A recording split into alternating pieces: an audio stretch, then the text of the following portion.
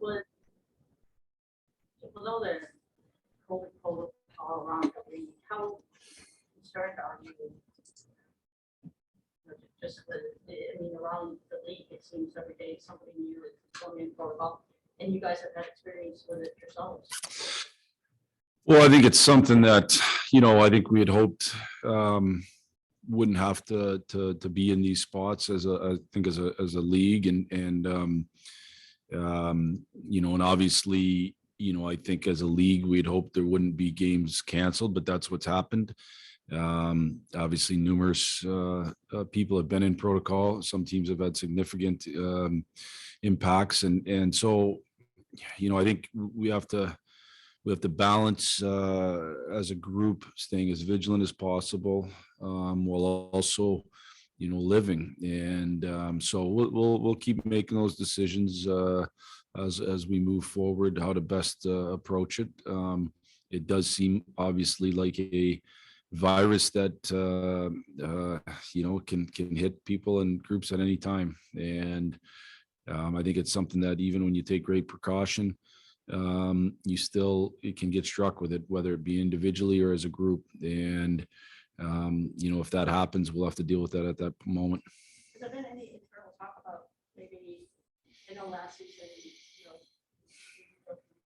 to be in a hotel room? Has there been any talk of trying to maybe do more of that? Or we've talked.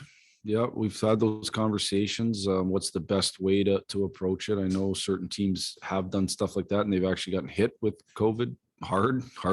So it's really, really hard to predict. And there's so much of your life that if you don't shut down, or don't end up living in a bubble, then what you have to do is take the best precaution you can. You have to mask when possible. You have to wash your hands. You have to do those things that have been proven that are effective in helping combat it. So we've talked about it. I think coming into the season, we didn't want to get to where we were last year. I don't think anybody was interested in doing that for a full season again.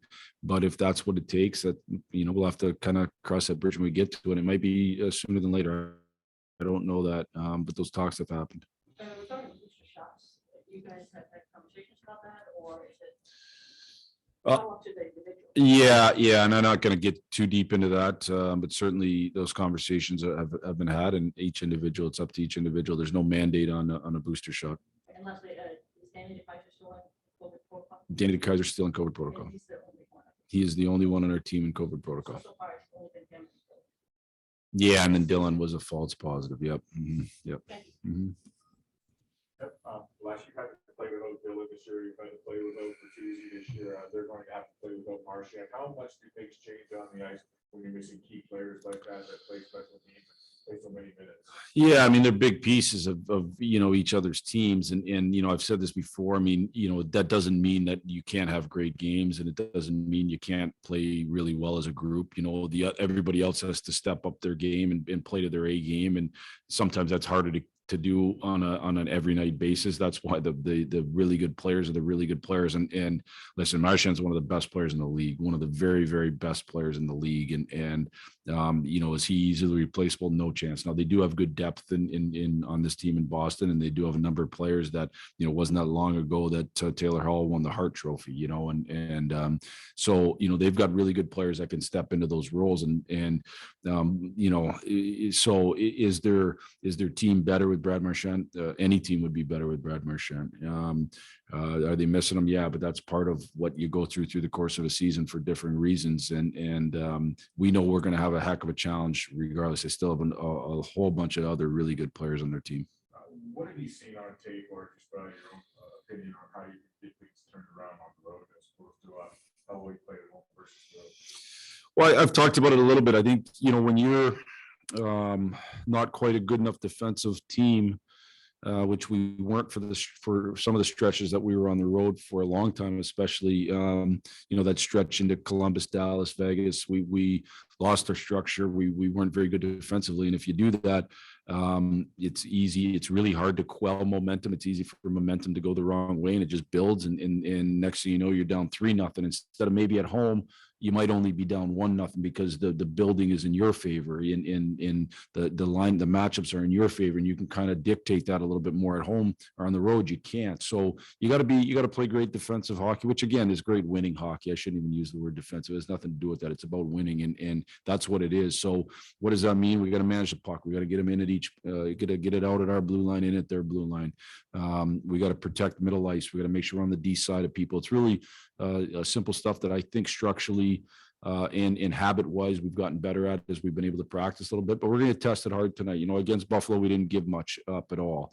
But this will be a different test with the number of talented forwards they have. So we're going to have to be great at that end. And sometimes your best defense is playing in the O-zone. And, you know, one thing I think we can do a better job of is spending more time in the O-zone, managing when to take opportunities to try to make plays and when to just hold on to the puck and just spend time in their zone. Yep. Segueing the COVID stuff and things that have to make crucial decisions soon here in the Olympics. I mean, just Chuck Blashill's opinion. I mean, is that one going to be kind of tricky, you think? Or I don't know, what are your thoughts on that one? Yeah, you know, like I don't get paid enough to pretend to be Commissioner Bettman, but you know, it's one of those things I think everybody wants to go. Certainly the players do. I know the coaches involved do. I know that I think, you know, all those people really want to go, and I think it can be great for the game. But you know, obviously, we'll see how we go with cancellations of games, and it gets a little bit worrisome when you start getting another, you know, with the Islanders getting canceled after Ottawa got canceled. And you hope it can end at that. But you know, as we've all. I've said this lots. The one thing the NHL, they've done lots of good things. One thing they've done a really good job of is not making decisions until they've had to. And when you're dealing with unknowns, as you're dealing with what we've gone through over the last 2.5 years with COVID, there's a lot of unknowns. And so, you know, try not to make the decision until you absolutely have to, until you have all the information at hand. And then so the 3-week break there, can that be a good and a bad thing? I mean, that's a lot. Basically the whole month.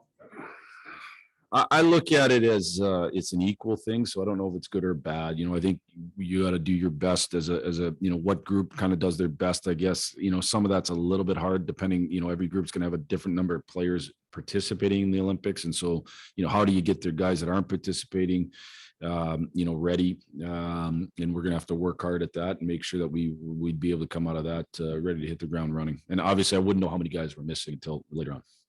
Brought up, you guys struggled with those yesterday. Kyle, Criscola. Move or somebody. Yeah, you know, obviously you come on the road. You want to make sure that you have numbers if you can. They're not playing, they being Grand Rapids, and so you're not necessarily taken away from the opportunity to play a hockey game. And it gives us, you know, some insurance in case we had a couple unknowns in terms of a couple minor injuries and also COVID. That's it for us this morning. Thanks, everybody.